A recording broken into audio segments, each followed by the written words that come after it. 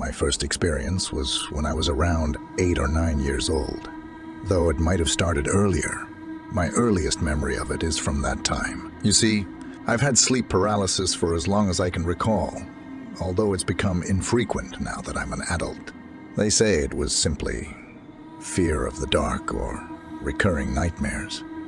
But that's not quite accurate, even though I do experience those as well. From as far back as I can remember, my dreams have been remarkably vivid. Within my dreams, I was fully present, experiencing sights, scents, sounds, and sensations. I was also quite proficient at lucid dreaming, giving me the ability to influence my dreams at will. However, this control didn't extend to nightmares, which I often encountered before these sleep paralysis episodes. These nightmares were intensely vivid and appeared almost every night. They involved falling, fire, death, isolation in empty space, and most distressingly, monsters. Some of these monsters were iconic figures from '80s. These dreams usually involved me running and hiding in eerie settings, abandoned buildings, woods and such. Yet, the non-movie monsters were far more terrifying. Springing from my subconscious, they took on twisted, grotesque forms. Some bore a vague resemblance to humans, but with distorted features, missing limbs or extra limbs, grotesque faces with torn skin and dangling eyes. Others weren't human like at all. They were colossal creatures with wings, razor, sharp claws, and teeth, or dark shadows with red eyes that would stand in a corner, observing me during mundane activities like homework or watching TV. Sometimes I'd awaken before they could harm me, but not always. People say you can't die in dreams, yet I've died countless times, from falling, burning, stabbing, and even attending my own funeral in one dream. Needless to say, I didn't go back to sleep that night. It's not exactly darkness or nightmares that I fear, but rather waking up in the darkness. Let me illustrate what a typical night was like for me when I was younger, and perhaps you'll start to comprehend. I'd fall asleep in my room with only the light of the television, with the volume just high enough to discern the dialogue. Occasionally, I'd doze off on the couch, with light and sound from my parents' room before I had a TV in my own room. That's when the dreams would begin. The most dreaded one, which recurred frequently, would commence with me waking up in my own bed. The perspective was first. I'd glance at the alarm clock, and it always displayed 3:33 a.m. That's when the fear would take hold, as I knew what was coming, yet felt utterly powerless to prevent it. I'd gradually place my feet on the floor, stand up while stretching, and head towards the bathroom, though I'd never actually make it there. I'd stumble over something, crashing to the floor and inadvertently knocking over my nightstand, causing the alarm clock to bonk me on the head before tumbling down. Lying there, cursing myself, I'd peer beneath the bed, only to find absolute darkness, a void like a wall of inky shadow. Fear would grip me, and then suddenly, 2 small blue orbs of fire would materialize at eye level, staring into my very soul. What was worse than their gaze was their breath, which I could both see and smell. It was visible as a mist, akin to winter breath, though my room wasn't cold. The breath was chilling enough to penetrate my bones, and the odor was an unholy amalgamation of burnt hair, sulfur, and the stench of decomposing animals. Every fiber of my being would scream, run, hide. But my body would remain paralyzed. Hyper-awareness would set in, every muscle tensing in preparation, yet my body remained unresponsive. Then, it would seize me.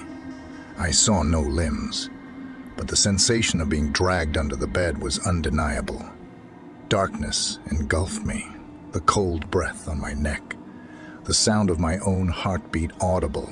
Sight was gone, replaced by an enveloping black void. It felt as if I were ensnared in a blanket made of flesh, stronger than me, holding me immobile. Then its tongue would slowly glide from my neck to my ear, as if savoring my fear. In a voice akin to broken glass soaked in blood, raspy, gritty, wet, it would whisper, "What do you enjoy about playing beneath the bed?" That's when I'd snap out of it, struggling and fighting, swinging my limbs, kicking with all my might, until I'd managed to loosen its grasp, finally awakening. And here's where the true ordeal began. I'd often find myself completely frozen, occasionally unable to even open my eyes. Sometimes frozen for a minute or two before snapping out of it. The memories are still so vivid. I'm getting a little uneasy writing about them. At other times, the nightmares persisted beyond the dreams. I distinctly recall a time when I lay there frozen, striving to force my eyes shut, and I heard that same gravely voice say, "Return under the bed. The games are just beginning." I couldn't turn my head towards the sound. Not that I would have even if I could. But I could feel the cold breath near my ear. I must have screamed, though I don't remember doing so, because my mother rushed into the room and switched on the light. From the corner of my eye, I swear, I saw a shadow dissolve into the floor, retreating beneath the bed. She checked, assured me that there was nothing under the bed. Yet I still remain uncertain. According to therapists and counselors I've consulted, I was encountering visual and auditory hallucinations, common in sleep paralysis, but they didn't comprehend how tangible it felt.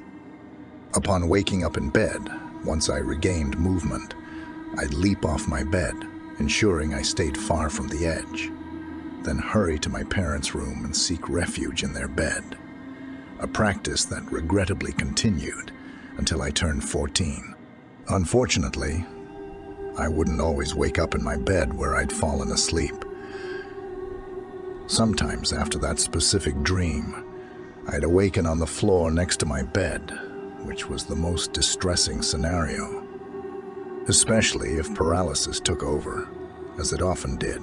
I'd wake up on the couch, on the floor in my parents' room, on the kitchen floor, in the empty bathtub, and even once on the porch.